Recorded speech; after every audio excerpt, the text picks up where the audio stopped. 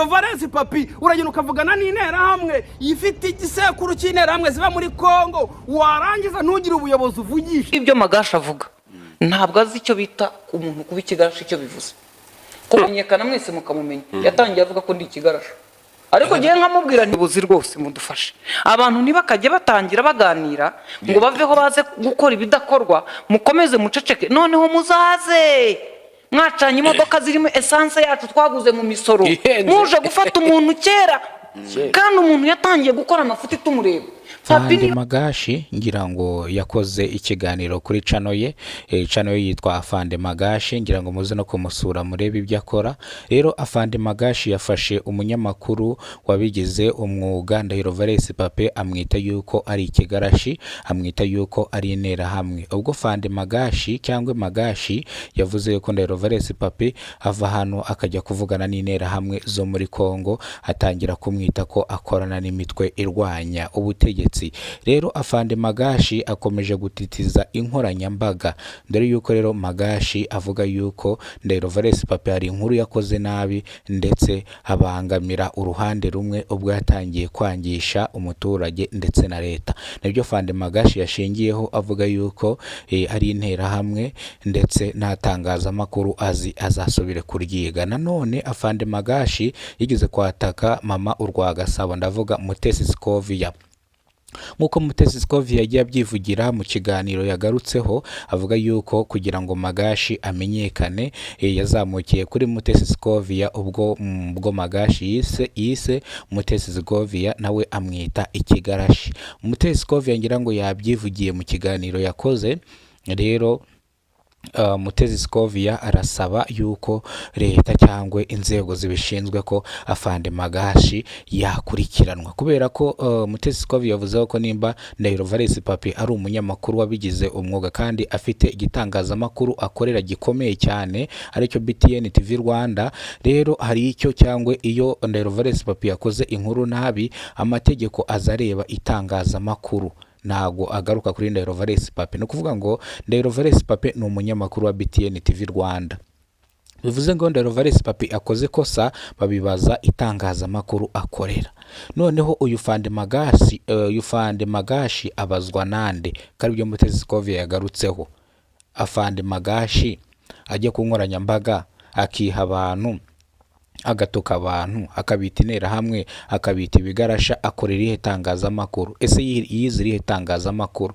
Nibyo Mutesi Scovia yagarukagaho. Mutesi Scovia rero asaba inzego zibishinzwe yuko Afande Magashi yakurikiranwa hakiri kare kubera yuko nibiguma gutyo Afande Magashi akazana agatuka Ndahiro Valens Pape agatuka abanyamakuru ibingi bizagenda bikururuka undi nawe usanga akoze inkuru amutuka undi nawe akoze inkuru amutuka. Bino rero bizatuma umuriro waka ndetse banangize umwuga w'ubunyamakuru bakomeze basebye n'itangazamakuru ku buryo abaturage batazongera gutanga amakuru bitewe nuko abanyamakuru ubwabo bari gushyirwa ku karubanda cyangwa nabo ubwabo bari gusubiranamo. Ese Afande Magashi ni muntu ki? Ese akora ibiki? Ese ni retired aracyari umusirikare? Ese ashinzwe iki mu gisirikare?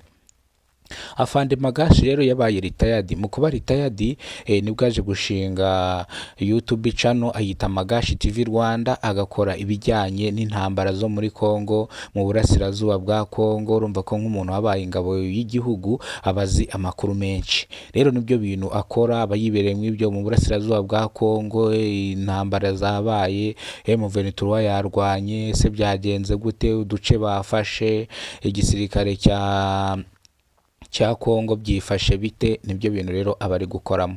Ariko noneho yabonye ari kuzima cyangwa abantu batari kumukurikirana ahita ashaka nk'abantu yataka kugira ngo yongere agaruke akurikiranwe. Mutesi Scovia rero yabikomoje avuga yuko ibingibi babikurikirane bikiri mu maguru mashya kubera ko ibingibi nibiza gufata indi ntera biraza kubura igaruriro. Uyu Afande Magashi afatwe atabwe muri yombi bitewe n'ibyo akora binyuranye n'amategeko. Bamubaze impamvu yita abantu intera hamwe, banamubaze impamvu yita abantu ibigarasha. Ibingibi rero nibyo Mutesi Scovia yakomojeho avuga yuko ubuyobozi bwakora uko bushoboye bugakurikirana kino kibazo mu maguru mashya. Mutesi yongera kuvuga ko ibi niba tubikurikirana ntibazatwike esase ya leta nk'abaturage tuba twatanze amafaranga y'imisoro ngo bajye gutwika esase baje gufata umuntu wakoze amakosa bayareba, ahubwo babonye amazi arenze inkombe baba aribwo baza kumufata. Bityo rero bamukurikirane none ahangaha, nimba ari amakosa yakoze agende ayaryozwe, nimba Nero Valens Papi nawe ari amakosa yakoze agome nawe ayaryozwe.